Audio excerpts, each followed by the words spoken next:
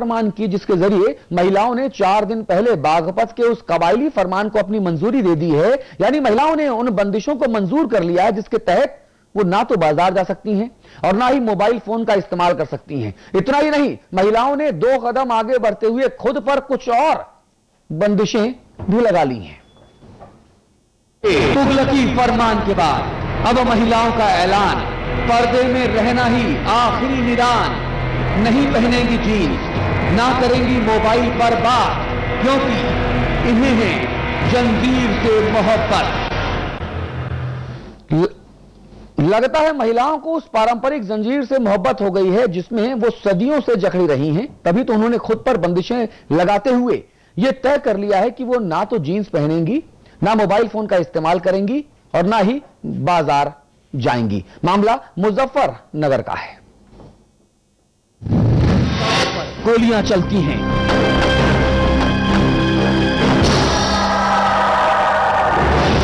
तो इंसान घर की तरफ भागता है पनाह की खातिर।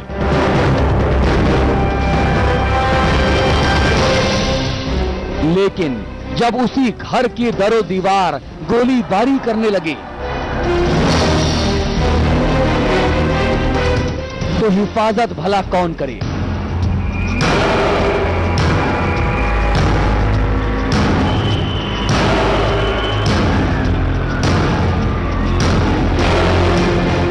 जी हां, कुछ ऐसा ही हाल है इस मुल्क का, जहां महिलाएं खुद अपनी ही दुश्मन बनने पर आमादा हैं।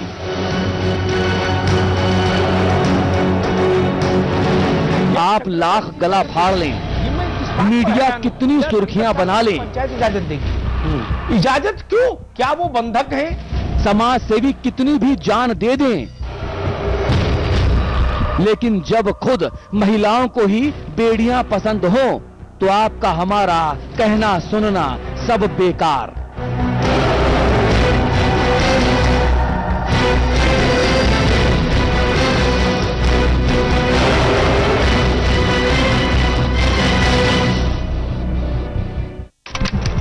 बारह जुलाई 2012, जगह असारा गांव, बागपत।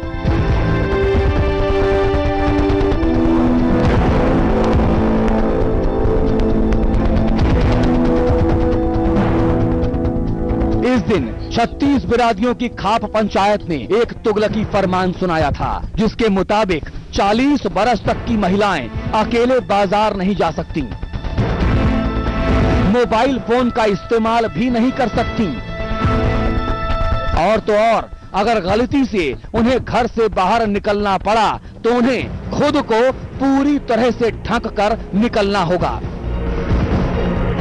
बहुत हो हल्ला मचा, पुलिस गई, हमने भी इस कबायली फरमान के खिलाफ मुहिम छेड़ दी, जोरदार बहस की। आप हैं कौन? आपसे औरत परमिशन क्यों ले? आप ठेकेदार हैं समाज के? आप खुदा हैं? क्या हैं आप? कठमुल्लाओं की बखिया उधेड़ डाली। जो बेगम हो उनको भी इनसे परमिशन नहीं लेनी चाहिए, बाकी की तो छोड़ी दो। मेरी बेगम इनसे परमिशन नहीं लेंगी, इनकी बेगम भी इनसे परमिशन नहीं ले। भाई जितना स्वायत्त मैं उतना स्वायत्त मेरी पत्नी, क्योंकि हमें यह लगा कि ये फैसला इंसानियत के खिलाफ है, ये खिलाफ है हमारे संविधान के उस मूल अवधारणा के, जिसके तहत इस मुल्क के हर इंसान को निश्चित और समान अधिकार प्राप्त है, चाहे वो पुरुष हो या फिर महिला। लेकिन शायद हम गलत थे।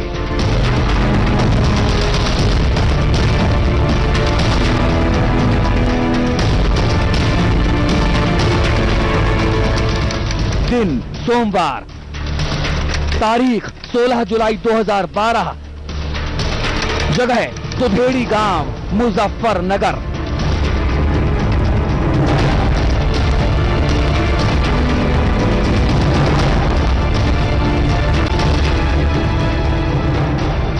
फिर एक पंचायत बैठी, एक पंचायत जिसमें कॉलेज गोइंग गर्ल्स समेत तमाम ऐसी लड़कियां शामिल थीं जिन्हें आप आधुनिक दौर की कह सकते हैं।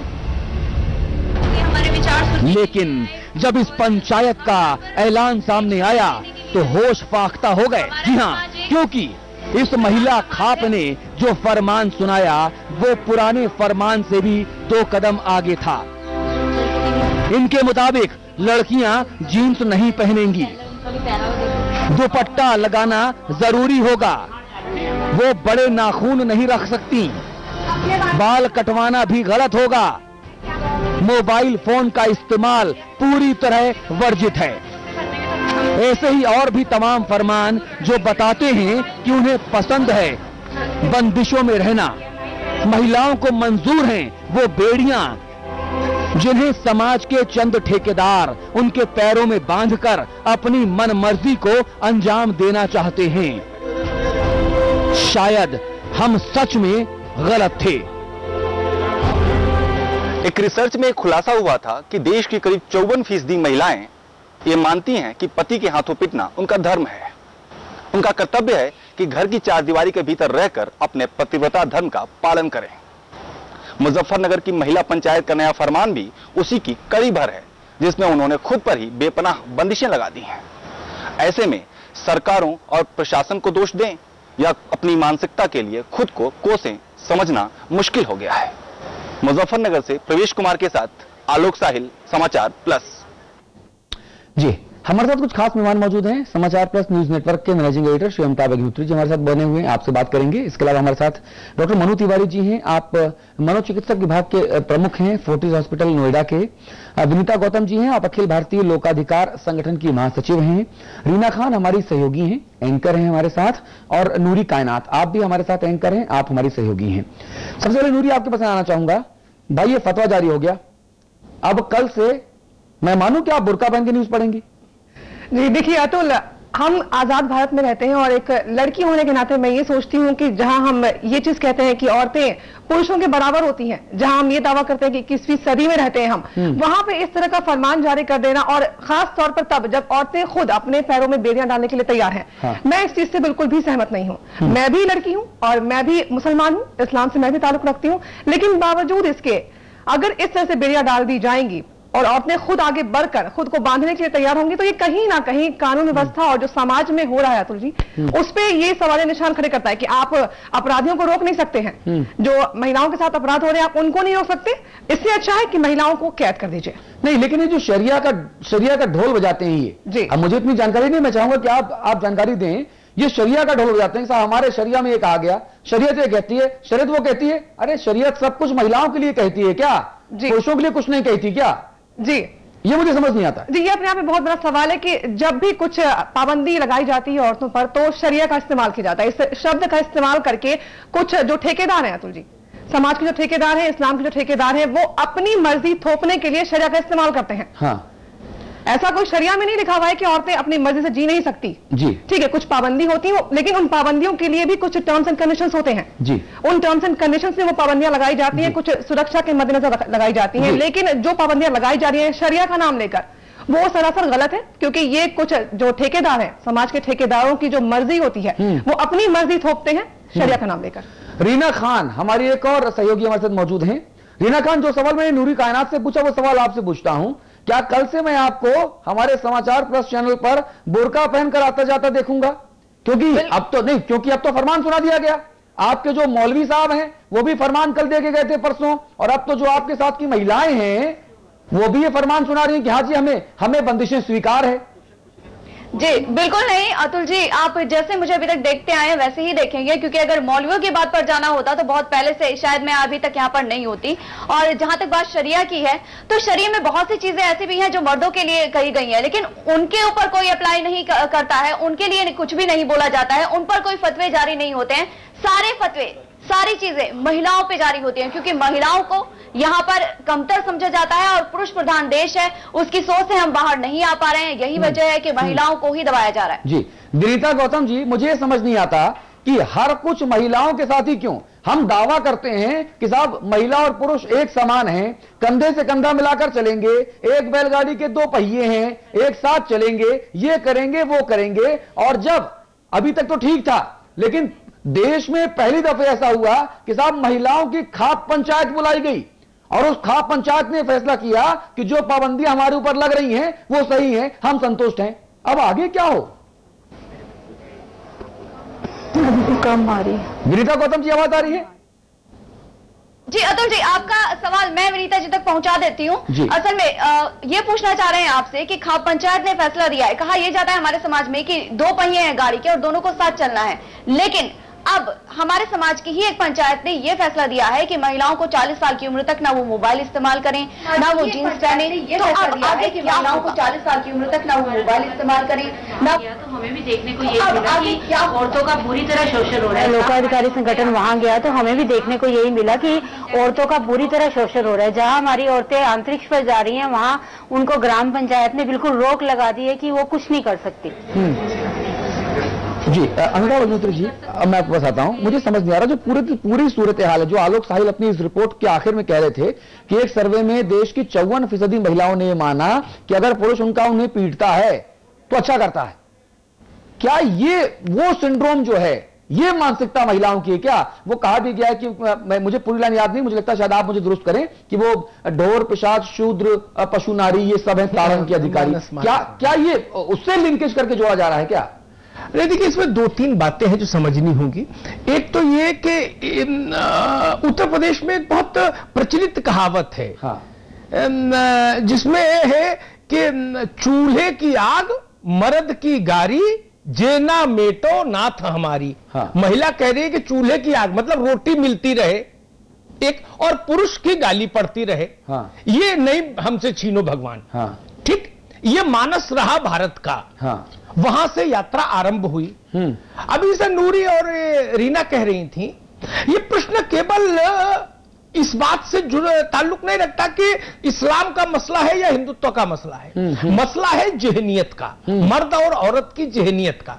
जहां पंचायत पहले हुई थी वो लोग, और अभी जहां पंचायत हुई मुजफ्फरनगर में, मुजफ्फरनगर में जो महिलाएं इस पंचायत में बैठी थी, जो मैंने विजुअल देखे और हमारे संवाददाता जो वहां से होके आए उनसे जो बात की, उनसे आप अपेक्षा करते हैं कि वो पुरुषों के फैसले के विरुद्ध कोई पंचायत कर लेंगी? उनको घर नहीं जाना, उनको घर नहीं रहना। प्रश्न तो वहां है। आर्थिक स्वतंत्रता जब तक महिला के हाथ में नहीं आएगी वह फतवे मानेगी। जिनके हाथ में, नूरी और रीना के हाथ में आर्थिक स्वतंत्रता आई तो इनका स्वतंत्रता इनके चारों ओर आपको दिखेगी। ये मूल बात है। और एक बात मैं हमें कहूंगा, बहुत करुणा के साथ, तोता पालिए अतुल, है ना, उसको साल 6 महीने पिंजरे से मत निकालिए, फिर आप पिंजरे से निकाल देंगे तो भी वो वापस पिंजरे में आ जाता है, वो उड़ना भूल जाता है। उस गांव की महिलाओं के साथ वही हादसा हुआ। वो जानती है कि इनसे विरोध करके हम जी नहीं सकते। आदमी दुनिया भर में बगावत कर सकता है, घर में बगावत करके कहां जाएगा? समाज का भय, रोटी की समस्या, समाज भी छोड़ सकता है व्यक्ति, लेकिन रोटी की समस्या, जीवन कैसे जिएगी महिला? इस देश में जमीन, मकान, घोड़ा, गाड़ी, बैल, भैंस, कोई चीज महिला के नाम पर है क्या ग्रामीण भारत में? आइए चलिए देखिए, मुझे कम से कम 5 बार पूरा हिंदुस्तान देखने का अवसर मिला इस करियर में। गांव गांव जाके देखिए, कोई प्रॉपर्टी महिला के नाम नहीं। और 70 साल की महिला हो जाए, 5 बच्चे को जन्म दे, पाले पोसे, परिवार की सेवा करे, फिर भी 75 साल का उसका बुढ़ा पति बोल देगा कि तुम्हें हम अपने घर से निकालते हैं। यानी महिला का कभी कोई घर अपना नहीं होता। ये इस देश की तस्वीर है। इस तस्वीर में हम उनसे क्या कहें? हम उनके इस फैसले को इस दृष्टि से नहीं देखते कि उनको मंजूर है जंजीरें, नहीं मंजूर है। ये मजबूरी का समझौता है मित्र।